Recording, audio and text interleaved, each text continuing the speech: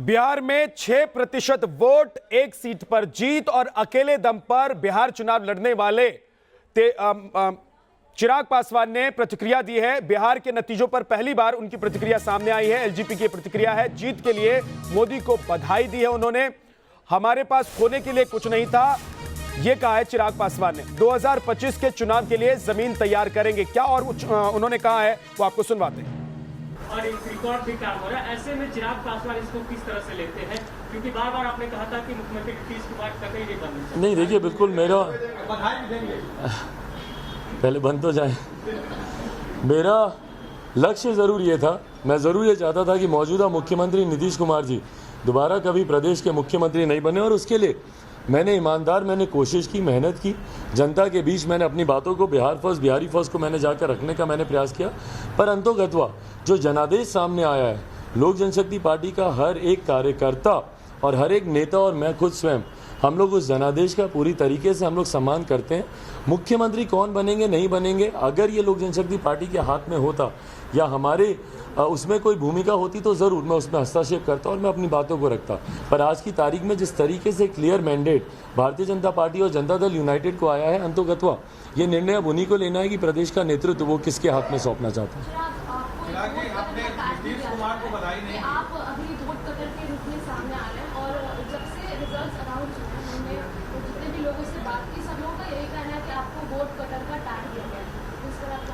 देखिए, आंकड़े सबके सामने हैं।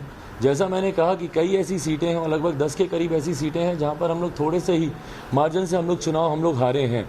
तो अगर कोई ये बोले वोट कटा, एनीवेज मतलब आज की तारीख में मुझे लगता है इसका कोई स्पष्टीकरण देने की बहुत ज़्यादा ज़रूरत है नहीं। जब आंकड़े सबके सामने हैं, जिस तरीके से एक बड़ा जनाधार मत प्रतिशत के तौर पर लोक जनशक्ति पार्टी को मिला है, हर सीटों को अगर आप बाइफरकेट करके भी आप देखें, इंडिविजुअली भी अगर आप विधानसभाओं को आप उठाकर देखें, जिस तरीके से इंक्लूडिंग ऐसी सीटें जहां पर लोक जनशक्ति पार्टी के प्रत्याशी तीसरे नंबर पर भी आए हैं, उनको भी अगर आप उनका भी मत प्रतिशत अगर आप देखें या जितनी संख्या में उनको वोट्स मिले, ये अपने में दर्शाता है कि लोक जनशक्ति पार्टी जीत के काफ़ी करीब थी और इस जीत को जो थोड़ी सी संख्या से रह गई उसको 2025 में हम लोग पूरा करेंगे। 2025 के लिए चिराग पासवान तैयारी करेंगे, ये वो कह रहे हैं। सुरेंद्र राजपूत जी, ब्रेक से पहले जब बात हो रही थी तो सुनील सिंह कह रहे थे, जेडीयू के नेता, कि महागठबंधन के लिए चिराग पासवान मैदान में थे और वोट उन्होंने काटा तो फायदा पहुंचाया महागठबंधन को। देखिए, अब चुनाव खत्म हो चुके हैं, इस तरीके के विश्लेषण अभी बहुत आएंगे। हम तो बहुत स्पष्ट रूप से एक चीज जानते हैं कि ऐसे सुनील जी आरोप चिराग पासवान के ऊपर लगा रहे हैं, तो लोग बीजेपी पर आरोप लगा रहे थे कि चिराग पासवान को नीतीश कुमार जी को काटने के लिए खड़ा है। तो सच बात यह है कि इन सारे आरोपों में कहीं कोई तथ्य नहीं है। कोई भी बात कहने से कहते हैं, आज की डेट में चुनाव खत्म हो चुका है, एनडीए की सरकार बन रही है, उसको बधाई होनी चाहिए। और सच बात यह है कि इलेक्शन कमीशन के ऊपर एक गंभीर प्रश्न चिन्ह खड़े हुए हैं। इलेक्शन कमीशन को एक अपने प्रणाली में पारदर्शिता दिखानी चाहिए और आखिरी आदमी तक उसका विश्वास कैसे कायम हो, ये बात उसको करनी चाहिए। सुरेंद्र जी, लेकिन आरोपों की आपका जो परफॉर्मेंस रहा है बिहार में, उस पर भी आप कुछ कहना चाहेंगे, कोई टिप्पणी करना चाहेंगे? निश्चित तौर पर परफॉर्मेंस हमारा अच्छा रहा है। 5 से 7 सीटें ऐसी हैं हमारी जहां पर हमें और हमारे प्रत्याशी कह रहे हैं, उनके ऑब्जर्वर्स कह रहे हैं कि हमें जीतने के बाद हरा दिया गया। तो निश्चित और सारी चीजें हमारे सामने आ जाएंगी, हम उसकी समीक्षा करेंगे और आप लोगों के सामने आएंगे। ये बात तय है कि जिस तरीके से लोग कह रहे हैं एक गठबंधन के रूप में अगर कोई कायदे से लड़ा तो कांग्रेस, आरजेडी और वाम दल लड़े, जहां पर स्पष्टता थी नेतृत्व की भी, और जहां पर हम तेजस्वी यादव जी के नेतृत्व में लड़े, और तेजस्वी यादव जी, लोग तो कह रहे हैं कि तेजस्वी यादव को रनआउट आप लोगों ने ही करवा दिया। 70 सीट पर चुनाव लड़े और जीते सिर्फ 19 सीट। देखिए, ये बात तो आप जनता दल यूनाइटेड के लिए भी कह सकते हैं। ये बात तो आप जनता दल यूनाइटेड के लिए भी कह सकते हैं कि वो 122 सीटों पर चुनाव लड़े और जीते 41 या 42 पर। इन सब बातों का मैंने कहा ना, कोई मतलब नहीं है। इन सब बातों को लेकर जो लोग भी करते हैं वो बिना वजह से लाठी पीटते रहते हैं। लेकिन कम से कम जेडीयू की वजह से या बीजेपी की वजह से एनडीए को नुकसान तो नहीं हुआ, सरकार तो बन रही है ना बिहार में। देखिए, सरकार बनाना ही अगर सब कुछ है तो ये आपका अपना आकलन हो सकता है। तो फिर आप चुनाव किस लिए लड़ते हैं सुरेंद्र राजपूत जी? सरकार बनाना नहीं, जनता की सेवा के लिए चुनाव लड़ते हैं। वो तो बिना चुनाव लड़े भी कर सकते हैं। सेवा होती है और प्रतिपक्ष में भी होती है। हर आदमी चुनाव जीतने के लिए लड़ता है, लेकिन आप जब अगर कांग्रेस की परफॉर्मेंस की बात करेंगे तो आपको जनता दल यूनाइटेड की परफॉर्मेंस पर भी बात करनी पड़ेगी। 122 सीटों पर लड़ने वाला 41 सीटों पर जीता है और 70 सीटों पर लड़ने वाला 20 सीटों पर जीता है।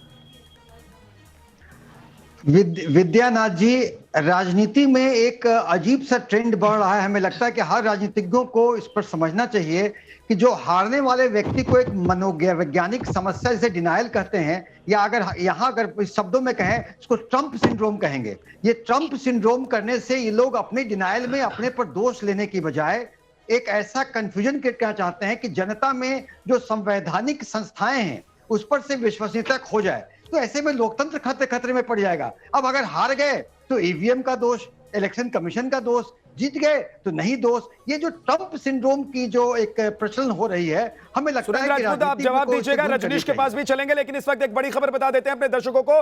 बिहार में जीत के बाद एनडीए में जश्न का माहौल है। पटना में बीजेपी ऑफिस में लड्डू बांटे जा रहे हैं, जेडीयू ऑफिस में भी जश्न शुरू हो चुका है। रजनीश हमारे साथ जुड़ गए। रजनीश, क्या जानकारी है, क्या देख पा रहे हैं आप, कैसी तस्वीर सामने आ रही है?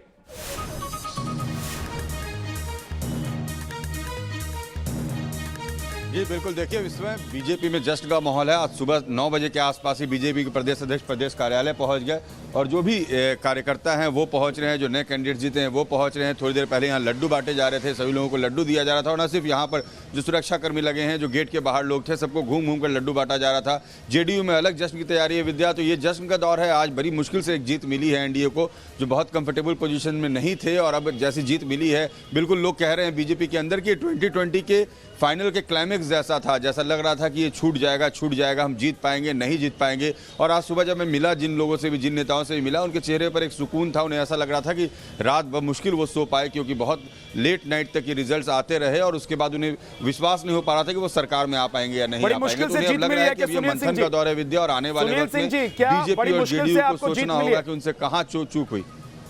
अंत भला तो सब भला।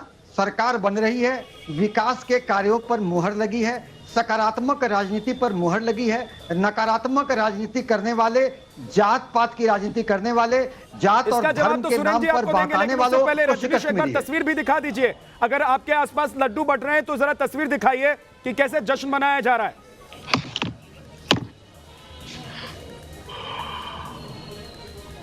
विद्या, अभी जो लड्डू बट रहे थे वो दूसरे साइड चले गए हैं, लेकिन यहाँ पर जो लोग मौजूद थे उन्हें लड्डू दिया जा रहा था। मैं तस्वीर आपको दिखा सकता हूँ कार्यालय के, लेकिन वो जो लड्डू लोग बांट रहे थे वो लेकर दूसरे तरफ भी, कार्यालय के दूसरे तरफ और कार्यालय के बाहर फिलहाल लड्डू बांटने गए हैं।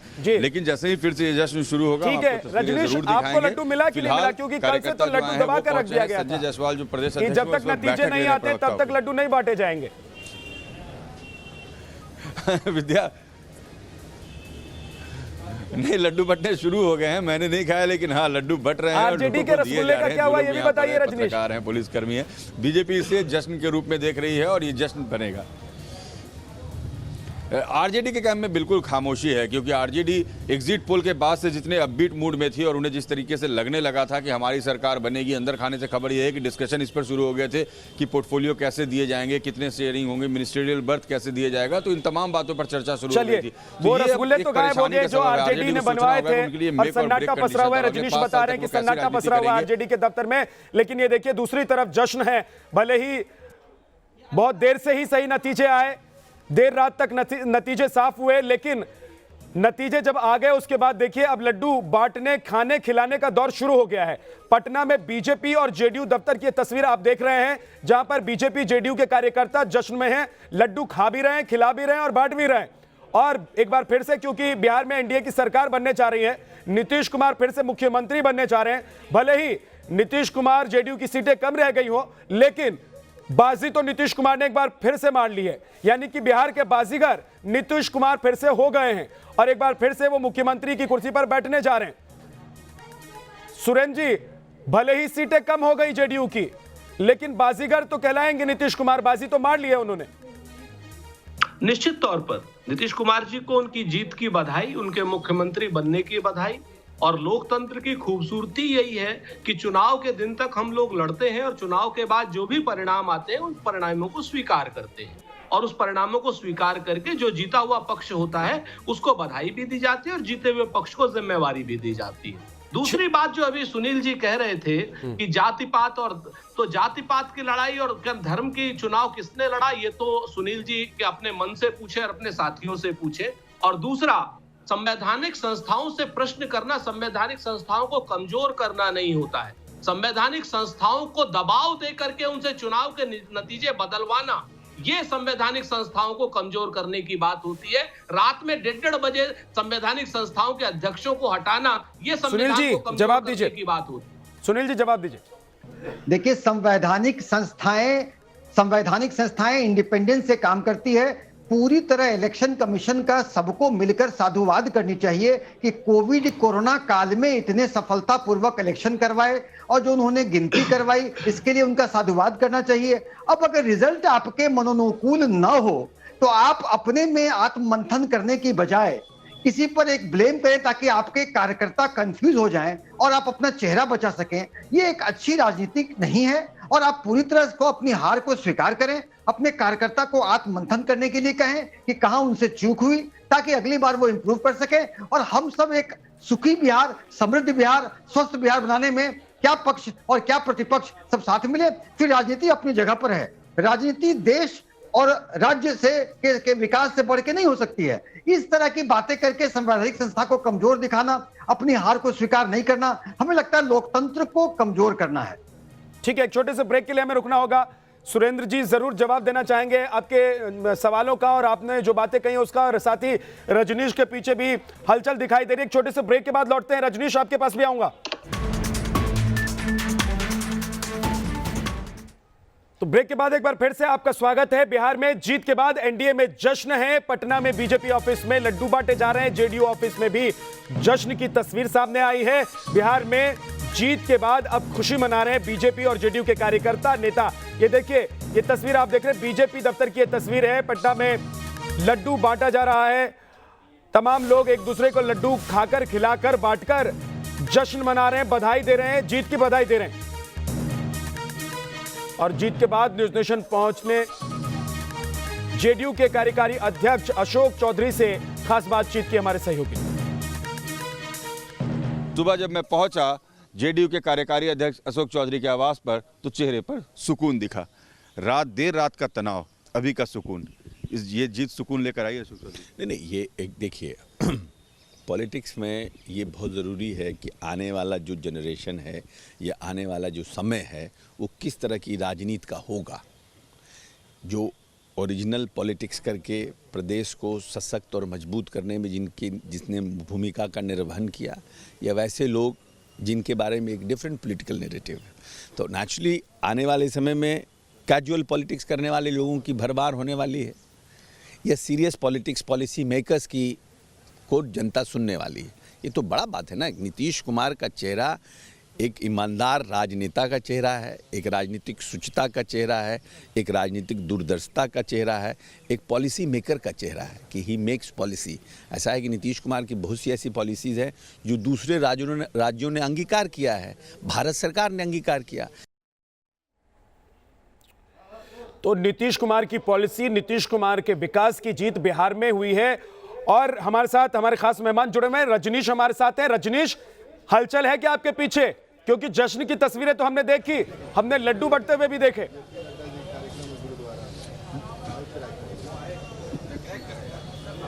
बिल्कुल, देखिए इस वक्त जो नेता है बिल्कुल अपबीट है। देखिए किस तरीके की रौनक है इस वक्त बीजेपी के प्रदेश कार्यालय में।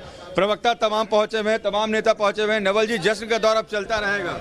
निश्चित रूप से इतने मेहनत के बाद जश्न मनाने का जब अवसर मिलता है तो उसका मजा ही कुछ और रहता है, और उसका मजा भी है। बोल रहे थे लड्डू तैयार होगा, लड्डू तैयार हुआ? एकदम लड्डू तैयार है, खाली नाप की कमी है। अभी लड्डू चल ही रहा है। आपको लड्डू किसी ने नहीं खिलाया? अभी तक नहीं खिलाया, लेकिन कल ऐसे नवल किशोर यादव के भी चुनाव का फैसला आना है, तो तैयारी पूरी है। बीजेपी अब जल्द सरकार तैयार कर लेगी, बीजेपी जेडीयू में निश्चित रूप से अब सरकार बनेगी। अब वो सरकार बनाने के लिए तैयारी चल रही है, और अब उसमें कहीं कोई लेट लतीफ नहीं। जश्न जारी रहेगा अभी दिन भर? देखिए, अभी तो शुरुआत हुई है ना। अभी तो सरकार बननी है और इतने मुद्दत पे बिहार पे फिर पुनः सरकार आ रही है और अच्छी सरकार आ रही है, इसलिए हम जश्न मनाएंगे, निश्चित मनाएंगे। ये देखिए लड्डू पहुंच गया और ये हाथ में मुझे लड्डू बाद में खिलाएगा नवल जी, आप लड्डू खा ले। तो ये विद्या लड्डू का दौर जो है, खा लीजिए वो रजनीश, इस वक्त जारी है मुंह मीठा बीजेपी कर कार्यालय लीजिए में। भाई, आपने ये भी जश्न बहुत का मेहनत मौका की है, ये खुशी का मौका आप है। भी कल से ही लगातार बने हुए बीजेपी दफ्तर पर और रिपोर्ट एक एक रिपोर्ट पहुंचा रहे हैं पूरे देश के लोगों को। हम आपकी जो जानकारी है वो दिखा रहे हैं, बता रहे हैं।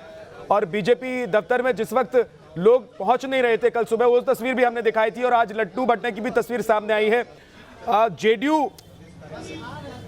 जेडीयू ने जीत दर्ज की है। हमारे साथ सुनील सिंह है, जेडीयू से सुनील सिंह हमारे साथ हैं। सुनील जी, जीत तो है लेकिन ऐसा नहीं लग रहा है कि हार कर भी जीत गए।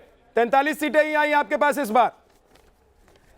विद्या जी, एनडीए चट्टानी एकता के साथ, एक परिवार के साथ माननीय मुख्यमंत्री के चेहरे पर चुनाव लड़ा, तो जितनी भी वोटें आई हैं वो एनडीए को आई हैं। नरेंद्र मोदी की योजनाओं पर वोट मिल गया, प्रधानमंत्री के चेहरे पर वोट मिल गया, प्रधानमंत्री जिन इलाकों में गए वहां पर सीटें आप लोगों के पास ज्यादा आ गई।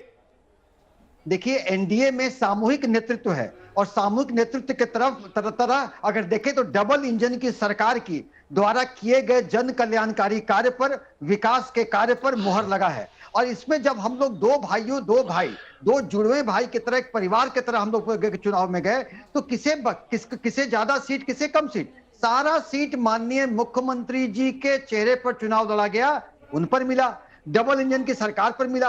तो ऐसे में एक परिवार को फोड़ने के लिए हर की भाई किस भाई की कितनी कमाई है, ये उचित नहीं है। हम एक परिवार की तरह हैं और एक परिवार की तरह, एक उसूल की तरह करेंगे। और यहाँ सामूहिक विकास चंद्रा भी हमारे साथ जुड़ गए हैं, उनके पास चलेंगे और ये जो बातें आप कह रहे हैं इस पर भी उनसे जानकारी लेंगे। एक छोटे से ब्रेक के लिए हमें रुकना पड़ रहा है, फौरन वापस लौटेंगे। आप बने रहिएगा हमारे साथ क्योंकि बिहार पर सबसे बड़ी कवरेज हम लगातार आपको दिखा रहे हैं।